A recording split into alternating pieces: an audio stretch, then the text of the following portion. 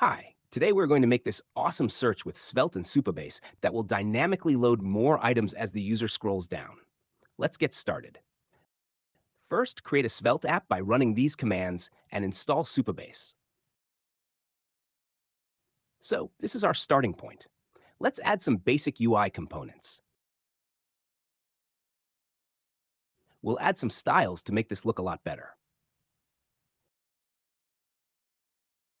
Now that we have our UI set up, let's start working on the Svelte store. Create a folder called Stores in the sar/lib directory and create a search.js file within it. This is all the code we need to make the Svelte store work.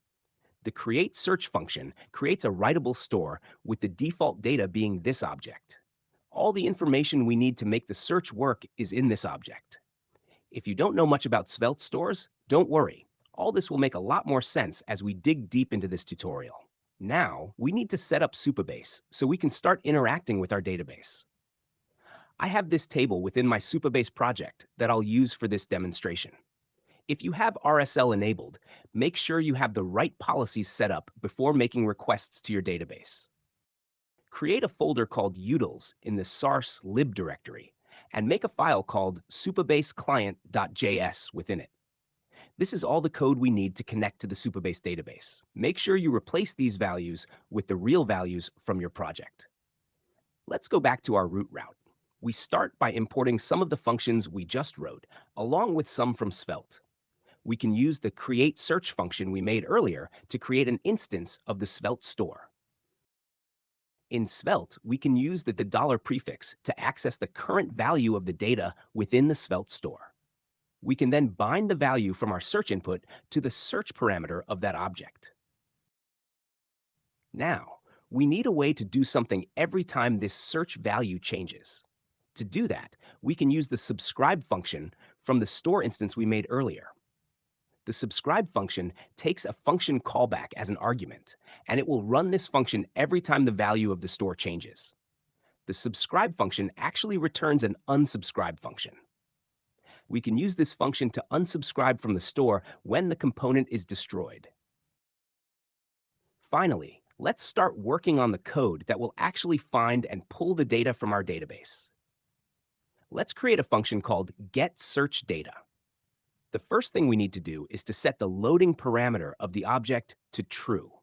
We can use the update function to do that. The update function allows us to change the data in the store. Model is the current value of the store. Now we can start doing the data fetching. Using the Supabase function, we can query our database. The from and select determine where and what we want to return. We can use ILike along with sent operators to find all the names that have search term within them. Range will allow us to only get a specific number of results, in this case, only 6. Finally, we can set the loading parameter to false and set the data parameter to the data we just queried. We can use this function inside our subscribe. What we are doing here is some checks to make sure that we are doing a brand new query and not fetching more rows of the same query. We reset both count and data inside the store and assign the current value of search to search temp.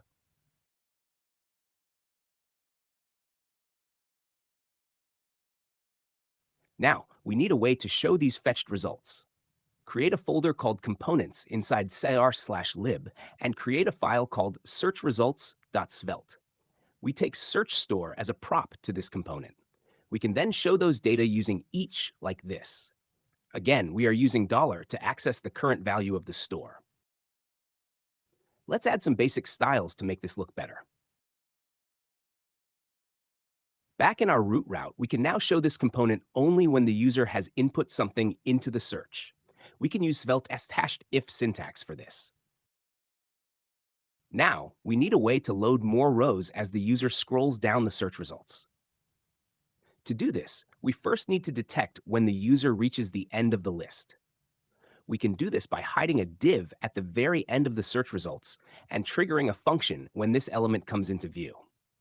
We'll make a new variable called loadMoreTrigger and bind that to this div. We also need to add these styles to that div to make it appear at the end of the search results. We can then create an intersection observer to observe this element and run a function when it's visible.